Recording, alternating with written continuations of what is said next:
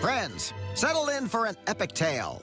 A rabbit's tale, and I don't mean the little white fluffy kind. On this day, many years ago, a bunny was born. But this bunny was different. He sang, he danced, he wisecracked, and he conquered the world. Bugs Bunny, of course. Bugs has been around a long time, but he's still in great shape. His eyesight's sharp as ever. Must be all those carrots. What's up, Doc? And as his close friends will share, it's a wascally wabbit's world. We just live in it. Hares to bugs.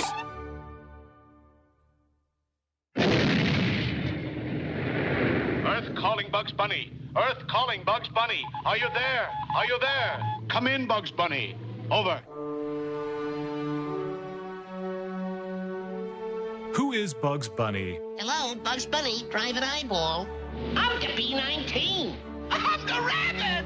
I'll tell you who Bugs Bunny is. He's that wascally wabbit, and I'm gonna catch him. Oh, Bugs is pure anarchy. Pick up pie. Roger. Your pie, sir. In a lovable way. He's smart, he's sassy, he's sarcastic. Gee, thanks. He hosts the madness. I'm just a humble little wabbit that lives in a hole in the ground, Doc. And all I do is eat carrots. He is completely unflappable and unfazed, and he's just a great character. Bugs Bunny is in that upper pantheon of the most recognizable cartoon characters in the world. It's true, Doc. I'm a rabbit, all right. Ain't I, you stinker? You sure are, rabbit. Worth my documentary. When I hear Bugs Bunny, it puts me back to being a 4 or 5-year-old kid. It's Saturday morning.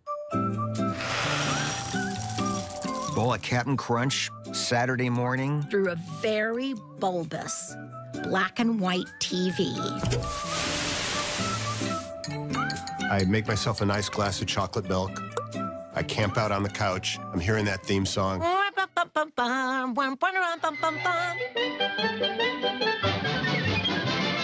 That was where I was first enchanted by the rabbit. Ah, my public. How they love me. I was raised like everybody of my generation and today's generation on Bugs Bunny. I like to say I'm a cartoon nerd who was raised by cartoon nerds. I remember a middle school art class. I had drawn Bugs Bunny in this art class with all these other cartoon characters much smaller around him. And I remember the art teacher saying, like, what is the meaning of this piece of art? Why have you drawn this giant Bugs Bunny face? What is it you're saying here? Are you saying that you think he's the most important character? And you're thinking, yes, yes, I think that's exactly what I think. Here's what impressed me about Bugs Bunny when I was a kid. There was no situation that Bugs could not get out of. I always liked the confidence of the character, adventure of the character, and the creativity of the character. And it was always making the best of the worst situations. Bugs Bunny is kind of the guy we all want to be. We all aspire to him. We all want to be Bugs Bunny, I think. He made me laugh, literally, out loud. And I really wanted to do that. It was absolutely instrumental in my wanting to become an animator. I was in my junior year at University of Pittsburgh. I met Mel Blanc. He was giving a lecture performance there, and I just happened to be there. Mel Blanc is the gold standard to voice acting. He is the quintessential voice of Bugs Bunny. I had to have a tough voice, either Brooklyn or the Bronx. So I thought, why don't I put the two of them together, Doc? So that's how I got the voice for Bugs Bunny. I found out he was staying on the campus, and I followed him back to his hotel room and knocked on his door about 10 o'clock at night. And I heard a voice that said, just a jiffy. And so he opened up the door. I just said, Mr. Blanc, I'm one of your biggest fans. I'd love to be able to spend just 5 minutes with you if I could. So we must have talked for maybe 45 minutes or so. That was a watershed moment for me that changed the trajectory of my life. I have a similar story. We moved to Los Angeles when I was 14. And kids, they used to have a thing called a phone book. So I just thought, I'm going to call Mel Blanc. Hello, is Mr. Blanc there? And I recorded it. I have that recording. Mr. Blanc? Yes. My name is Bob, and I'm interested in doing voices for cartoons. Yes. He was very nice. You know, he said, how did you get my number? And I told him. When you were doing Bugs Bunny, did they say what's up, dog, and talk like that? No, they just actually showed me a cartoon, a picture of the character they're going to use in the cartoon. It was like, you know, a kid in the 30s seeing Babe Ruth. I was in heaven. I grew up knowing that these cartoons were made by people, and that just made Bugs Bunny more fascinating because he felt so believable and so alive to me. I just wanted to be a part of that world.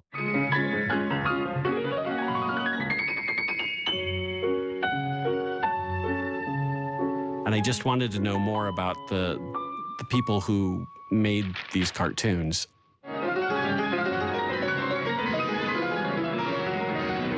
Who makes these things? How do they do this?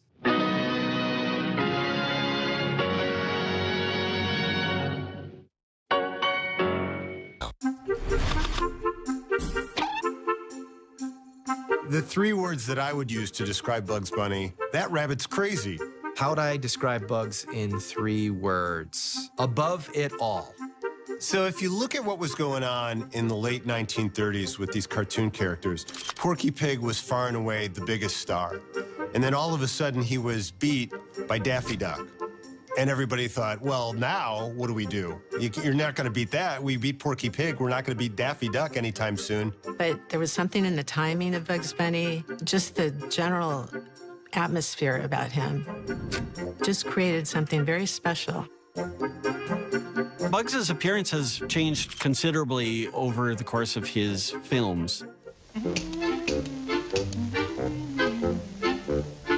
Pretty brave when you got a gun, ain't you?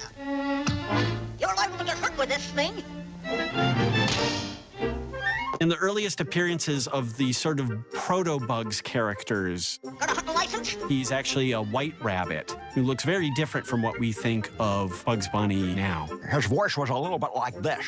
And he actually had Woody Woodpecker's laugh. But I haven't got one now. As Bugs went on, he kind of stretched out. His legs got longer. His chest went out. One of the biggest influences on Bugs' character are the Marx Brothers, and specifically Groucho. Bugs would use his carrot in the same way that Groucho would use a cigar. I hope you won't mind waiting while I remove these wet taints and slip into a dry martini. Was it Clark Gable that was kind of like the inspiration for kind of like his speech pattern, at least when he's like chewing carrots? And it happened one night. Clark Gable, classic performance. At one point, he just takes out a carrot and just starts chomping on it. And that fit perfectly with the idea of a rabbit and Bugs Bunny. So they used it, and it fit his personality. Another major way that you feel the influence of the Marx Brothers is Bugs would frequently break the fourth wall. Bugs will break the fourth wall and look directly to camera to let us know that we're all in on the joke. Rabbits are sweet, furry little creatures. They wouldn't harm a hair of your head. Yeah, get him. He don't know me very well, do he? I really have to go back to Tex Avery's A Wild Hare, which finally crystallized who that character was. The character isn't going to run in a crazy panic away from a hunter with a gun. He's going to play mind games with him.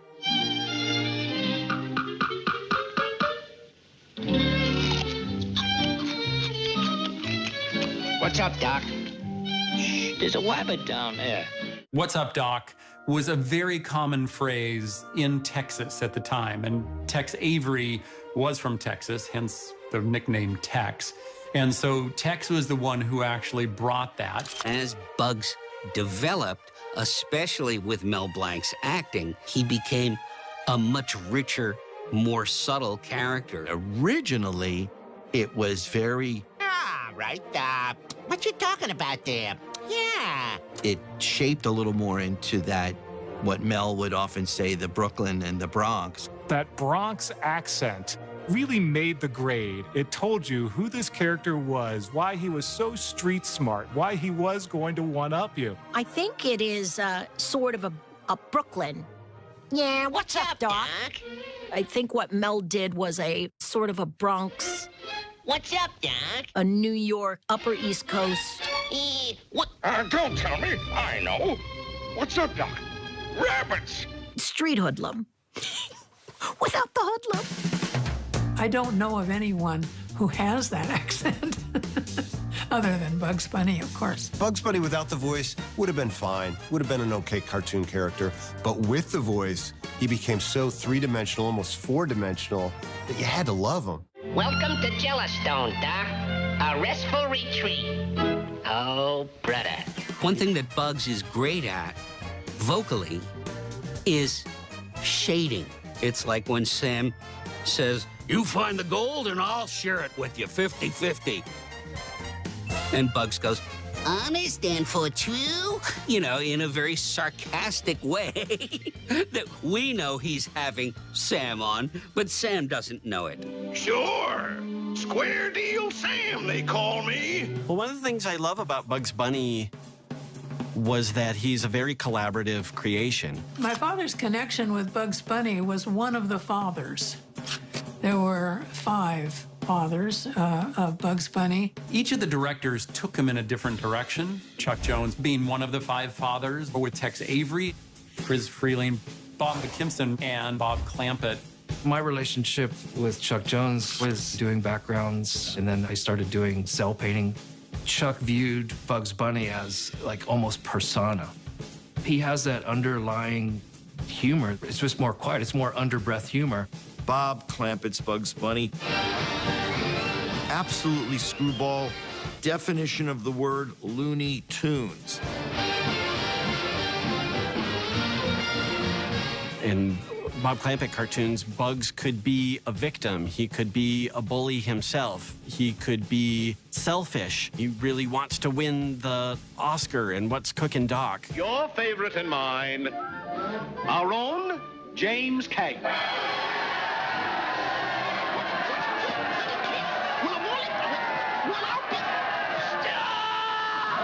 Chuck Jones pushes the style of these cartoons perhaps further than the other directors. Well, the sun ain't even out yet. No wonder I'm so sleepy. He was always experimenting with the cartoons visually.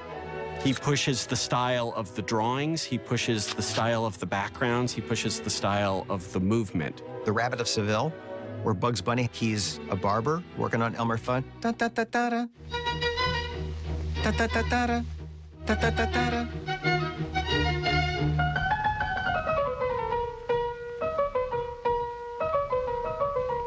And his little ears are whacking at Elmer's head. Friz Freleng wouldn't do that. McKimson wouldn't do that. Chuck Jones will do that.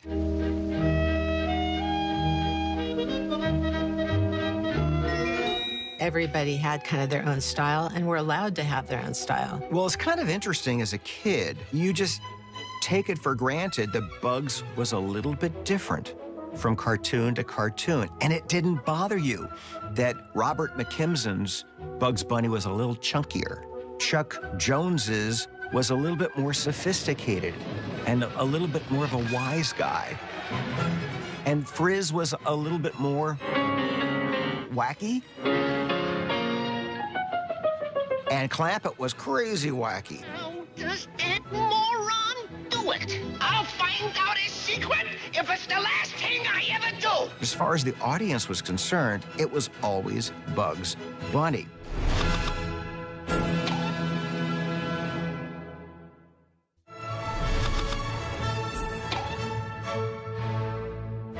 If I had to describe Bugs in 3 words, that would be comic, shyster, and it would be artist. If I had 3 words to describe Bugs Bunny, timeless, legendary, Stinker. In the earliest Bugs Bunny cartoons, Bugs Bunny is a rabbit. He's a hare. He's the bunny. He's in the forest. He lives in a hole, and he encounters people who want to disturb his lifestyle. Be very, very quiet. I'm hunting wabbits. But soon he was so popular that he ended up everywhere in every kind of short, from westerns to musicals to anything you can imagine. It's very fun to place Bugs in a pre-existing genre because you know who the character is and you kind of know how he'll react. I think pretty quickly they found you can almost drop him into a fantasy scenario and you don't need to explain why he's there. This is the street smart New York guy who is unfazed and who can cope with anything that's dished out at him. And so it's fun to watch him arrive in the Sahara Desert. Miami Beach at last! The middle of France. Eiffel Tower. Champs-Élysées. Hey, I must be in Paris. Bugs Bunny can be put in any genre and still be inherently Bugs, but yet the world is kind of around him different. It's almost like a good joke. As long as it's set up perfectly, it should all fall like dominoes every time. Each animation director had such unique interests in what they wanted to focus on. I have favorites of every one of the directors. What's really great about a good, solid character is that they can do anything. Abbott and Costello could do anything. Jimmy Stewart can do anything. A great actor, a great character can do anything. Bugs could do anything.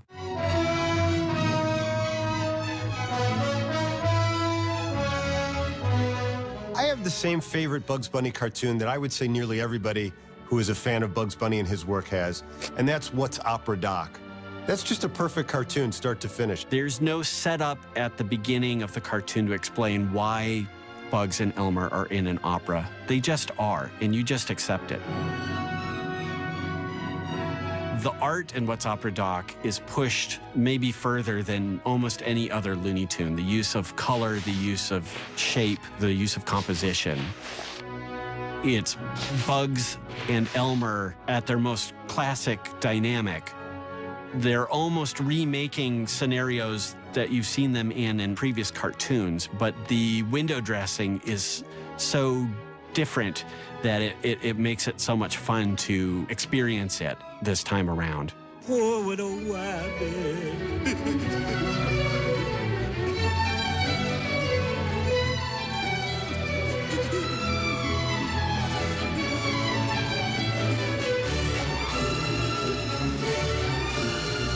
Well, what did you expect in an opera? A happy ending? It was the first cartoon that was inducted into the National Film Archive in Washington and considered by many of the historians to be one of the greatest cartoons ever made. Another one of my favorite cartoons with Bugs Bunny is Rabbit of Seville, another opera. Welcome to my shop. Let me cut your mop. Let me save your crop. Daintily, daintily. It's the first time that I had seen jokes timed to music. Realized that there was a comedic choreography going on and that it was epic because you had not only tied character to music, but you tied character and music to animation. That was brilliant. That was just absolutely brilliant. It gave many generations the opportunity to explore classical music. It was a wonderful introduction to classical music. I loved the operas, the musicals, the things I learned out of that. My favorite Bugs cartoon is Long-Haired Hare with the opera singer.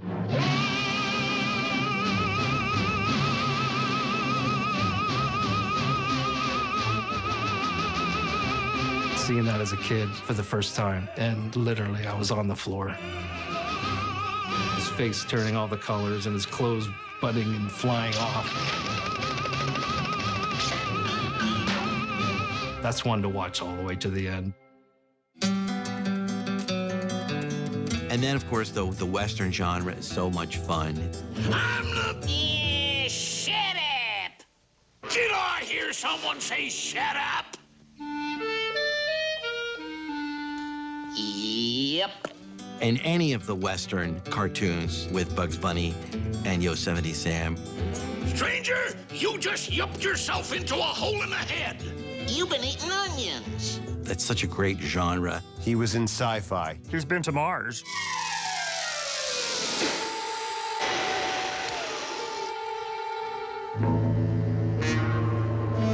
He was in fairy tales. Let me handle this.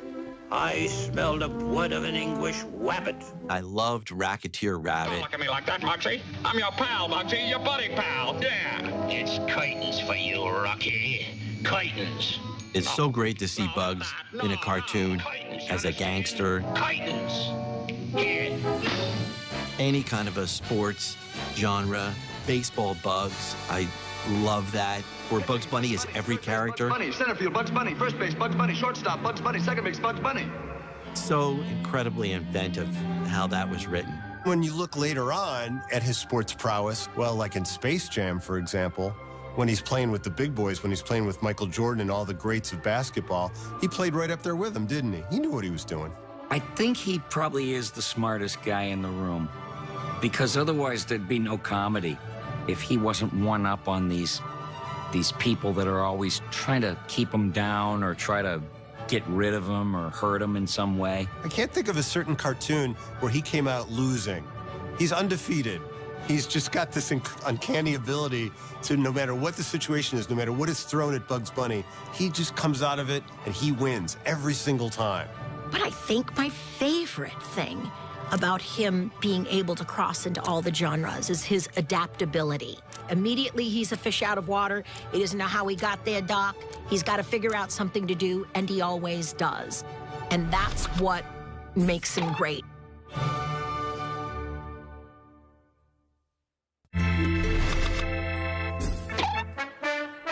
So if I were to describe Bugs in 3 words, I would say Weisenheimer, crafty, and sharp. 3 words to describe him. Inspired, passionate, and out of his ever-loving mind. Uh-oh.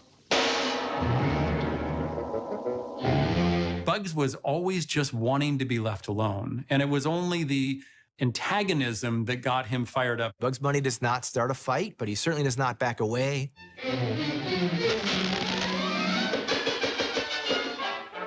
Of course, you know, this means war. All hell breaks loose when you bother Bugs Bunny on his good day.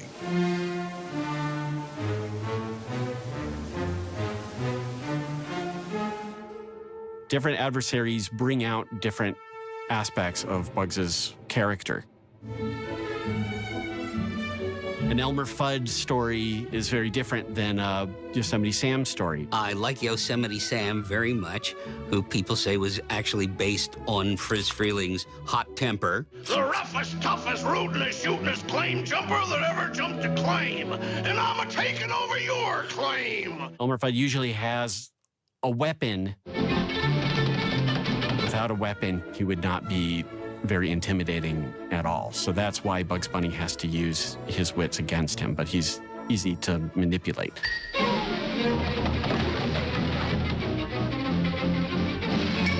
Yosemite Sam, he's just always hot under the collar. I feel like he's always at 10, and at some point he gets to like 15, blows his stack, and then the cartoon's done. And it's so funny to see him get beat by Bugs. Gee, I couldn't do that to the little guy. Hey, Sam! Shut up! He's always probably punished the worst.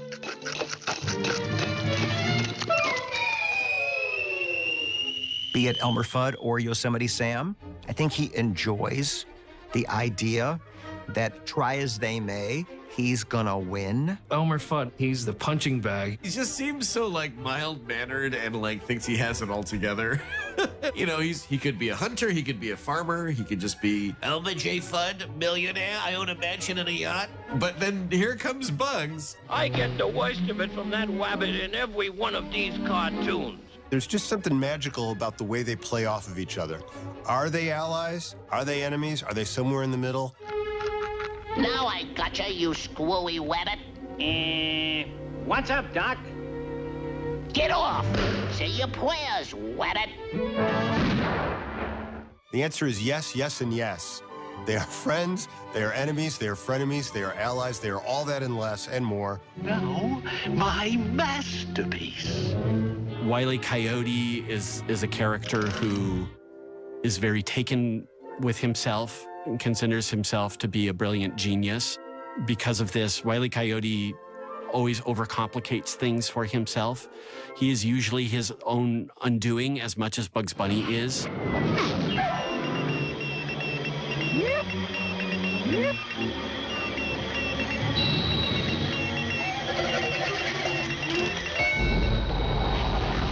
Yosemite Sam is probably my favorite adversary. He's a wild character, funny unto himself, whether he's a pirate or a cowboy or a sheik or the Yosemite Sam from outer space. I love that because it makes no sense, right? I'll wait right here until he comes out. Then I'll disintegrate him. Yosemite Sam of outer. Marvin the Martian, who is a character I identify with because he's kind of an angry nerd. Oh dear, now I suppose I shall have to use force.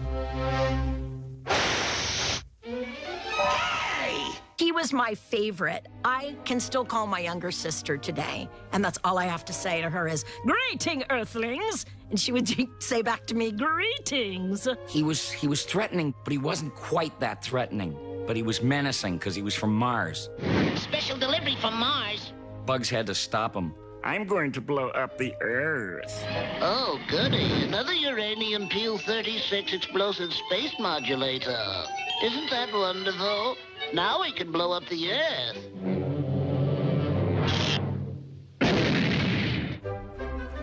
Daffy Duck is a great adversary because he's the anti-Bugs. Where Bugs Bunny is cool and collected, Daffy is very manic.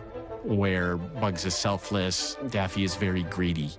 Quick, quick, save me, pal, and it's yours. Gorgeous, isn't it? Don't be afraid.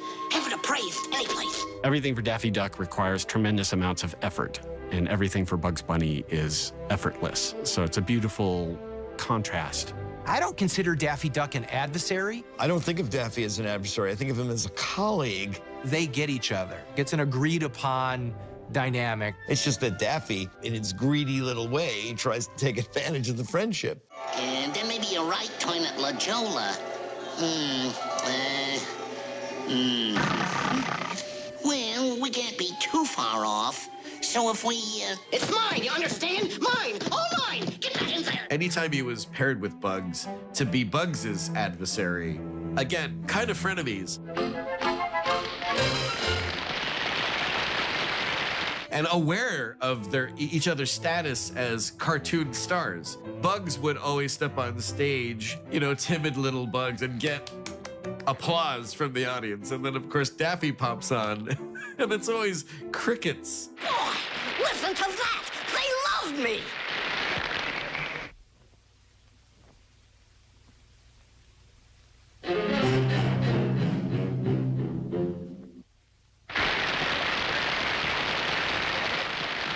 I think my favorite is the Tasmanian Devil.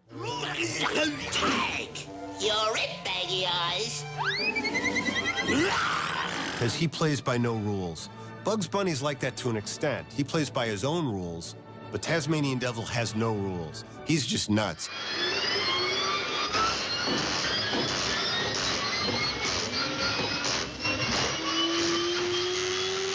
Hey, baggy eyes.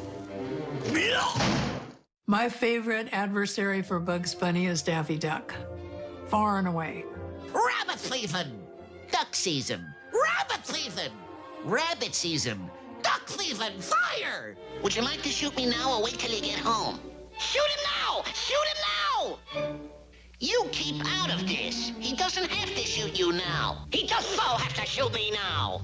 I demand that you shoot me now.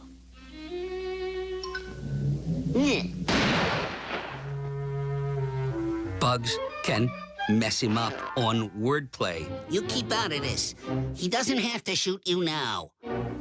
Let's run through that again. Okay. Would you like to shoot me now or wait till you get home? Shoot him now. Shoot him now.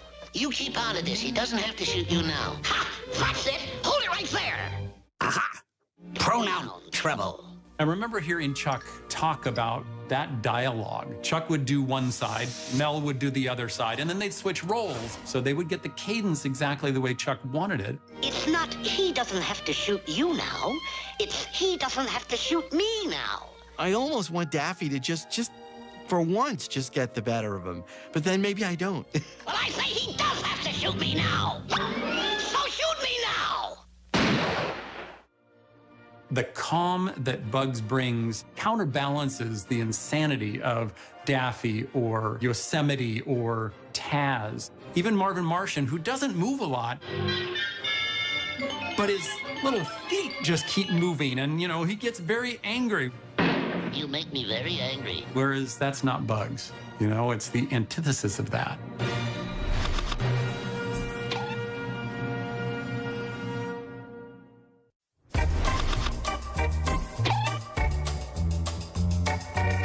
Bugs Bunny in 3 words. Superstar, hero, a person. The fact that I think of Bugs Bunny as a person. What comes to mind is calm, confident, and hero. Bugs Bunny is probably one of the most influential characters in comedy history. Here I am! When you see today the use of irony, of asides, of just clever wordplay, that all goes back to all of us watching Bugs Bunny as a kid. Bugs Bunny is the Johnny Carson of cartoons. He's a cartoon superstar. It's all because his original shorts that kind of established his place in American pop culture.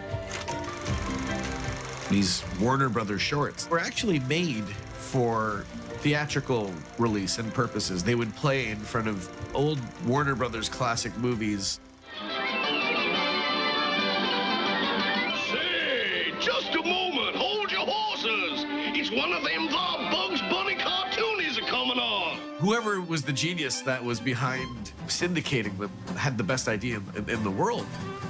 Somebody has the genius idea of putting Bugs on TV on Saturday mornings, and it really was a game changer. Instead of having to go to a movie theater to see a little bit of Bugs Bunny, you could sit on the comfort of your couch on a Saturday morning. Bugs Bunny conquered the screen. He conquered television. He's big on video games, comic books, everything. What's up, Doc? I like you. No matter if it's in a commercial, if it's in a theatrical film, or whatever short incarnation, we're always going to see somebody that we love, that we want to be, that we're rooting for. During World War II, Bugs was sort of a national mascot that was sort of an icon and inspiration to the war effort. Holy cats, I've been drafted. He was used on patches that were put on jackets. He was on nose art on planes in the Air Force. And he was in patriotic films that were used to boost morale. During the war, my dad did a special thing called Any Bonds Today that they showed in every theater. It had a huge impact. The tall man with the high hat will be coming down your way. Get your savings out when you hear him shout, Any Bonds Today. Come on and get him, folks. Come on, skip right up and get him. It was literally shown in every film, every time. Bugs, almost more than any other animated character, was perfect for this role because Bugs is a character who stands up against injustice. Bugs is the little guy who isn't going to be walked over. He is going to fight until the battle is won. And he was the perfect symbol for how we felt about the fight during World War II. Sorry, fellas. I can't play with you anymore. I got some important work to do. We will fight our country's battles on the land as on the sea. Bugs Bunny was an honorary member of the Marine Corps, and with good reason. If you were the enemy and you saw something coming at you with Bugs Bunny's logo on it, you know that they mean business, that something's going to explode. Because that's what Bugs Bunny does. He explodes stuff, and the next one's coming for you, pal.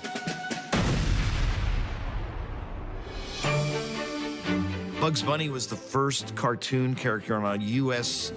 first-class postage stamp. We created stamps inspired by many of his most famous films, including Rabbit of Seville, Space Jam, What's Opera Doc, Baseball Bugs. We wanted to really show Bugs as a quick change artist and all the personas that he's put on in his shorts over the years. One for you. And me, boy. And one for you. And me, boy. It's actually quite symbolic that he's the first character to be on a postage stamp because he does represent the American spirit. You know, this can-do spirit, this independent spirit. Who wouldn't want a letter from Bugs with the stamp of approval from Bugs Bunny? Oh, it's a letter from your favorite rabbit. It's kind of amazing that this exists and we get to be a part of this.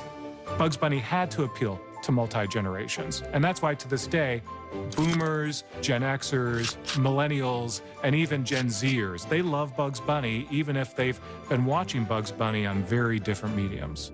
All of his gags, all of his posturing, all of his timing, all of his sassiness, all of his zingers, all of his understated looks at the camera with his hand like that, that's all there, and it's still there. He's even got some Jackie Gleason in him. To the moon, and, you know, away we go. He's won an Oscar, starred opposite Michael Jordan. When you think about Bugs Bunny, I mean, he is a cultural icon. There was an article in the New York Times about Richard Pryor. There's all types of ways to make people laugh. Who was one of my favorite comedians. And the interviewer asked him, where do you get your timing? And his answer was Bugs Bunny, Porky Pig, the Roadrunner, in terms of his razor-sharp timing and characterization. I guarantee you, every single comedian you know now watched Bugs Bunny as a kid, picked up timing, picked up clever asides, maybe studied Bugs, and they're sort of playing a little Bugs in their routines. I did stand-up comedy for 10 years. Did I ever steal anything from Bugs Bunny? Yes, I did. And what I stole from Bugs Bunny is, put the person down, but don't really put them down. Let them know that you're in charge, you're in control, much like Bugs Bunny. You don't stand a chance. If you look closely at most TV shows or movies, you're gonna see really archetypal characters that are just reflective of a lot of the Looney Tunes characters. The Bradley Cooper character in The Hangover, and now I watched it, I was like, oh, this is the Bugs Bunny character. I'm cool, I'm fun, I'm engaged, I'm kind of above it all. I'm gonna steal a police car, and I'm not gonna get in trouble for it. There was a gentleman that was the head of the Ringling Brothers Clown College. Steve Smith was his name, and used to bring Chuck Jones down to teach about comedic timing to clowns, because the difference of, you know, 1 beat and 2 beats is going to be the difference between funny and almost funny. Whoopi Goldberg talked about that she learned comedic timing from watching Chuck's cartoons. And I'm sure Chuck would be the first to tell you Bugs Bunny is an actor that is employed by Hollywood and a movie star. He has his own star on the Hollywood Walk of Fame. You show a picture of Bugs Bunny to anybody, anywhere, they're gonna go, yeah, I know who that guy is. That's Bugs Bunny. I hope he's got a star on the Hollywood Walk of Fame, because he deserves one. For any great creative endeavor that lasts a very long time, whether it's Shakespeare or the Rolling Stones, and certainly the Looney Tunes cartoons, it has to do with where that inspiration came from. And that sort of pool of creativity that either individuals or groups tap into, that is just the joy of doing it. It's not necessarily for the purpose of having to sell something or create something for commerce. Our pictures were never made for children. They were never made for adults. They were made for us. One of the last cells that I painted when I was doing the cell painting for Chuck was, I should have turned left at Albuquerque. I knew I should have taken that left turn at Albuquerque. That was one of the last cells that I ended up painting before he passed away. I don't think there's any question that my father was aware of how popular Bugs Bunny had become over the years and believed that others could find ways of utilizing the new tools to continue the popularity of this amazing character. Timeless. Timeless. You think of him in his ears and postage stamps and movies, toys. You can find Bugs anywhere. Bugs Bunny was the subject of a symphony at the Hollywood Bowl and at great musical venues all around the country. And that's partially because of the great music in the cartoons and the cartoons that Bugs Bunny stars in where they feature the music.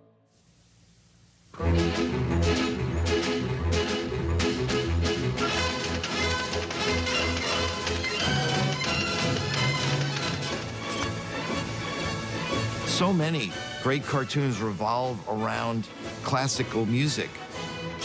More people have said they've learned everything they know about classical music from watching Bugs Bunny cartoons.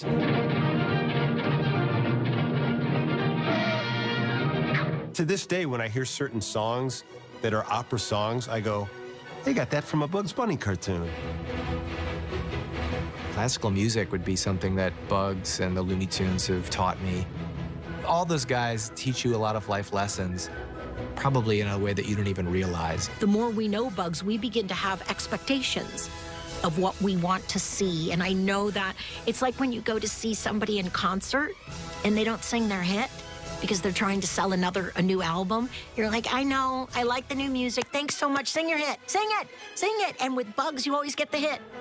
He always sings his hits. He's not promoting a new album. He's just Bugs, and he always sings the hits. In an age where we can't agree on much in this culture, I think we all still agree that we love Bugs Bunny. Bugs Bunny has been a part of our lives from the moment we were born, and he'll be around long after we die.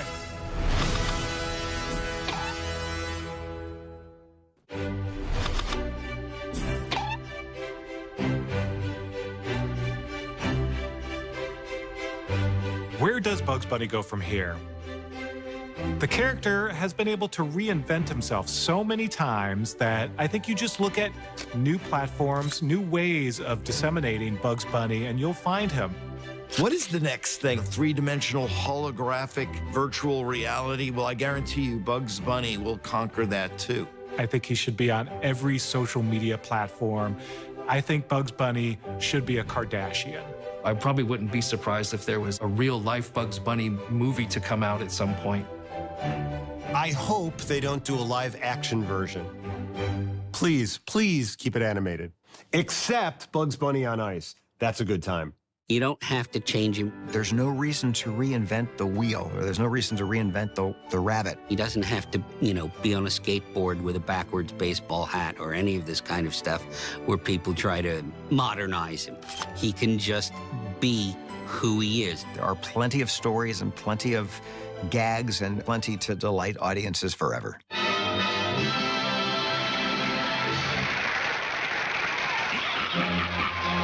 a million of them. I want Bugs to stay around.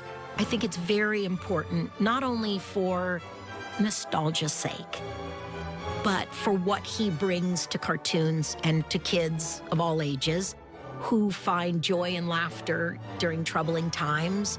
Bugs' way forward is always the right way. I think the good news is when you have an iconic cartoon character like Bugs Bunny, he is forever. Happy birthday, Bugs. You look great for your age. Thanks, Doc. I've always been prematurely gray. It's true, Doc. What would the world be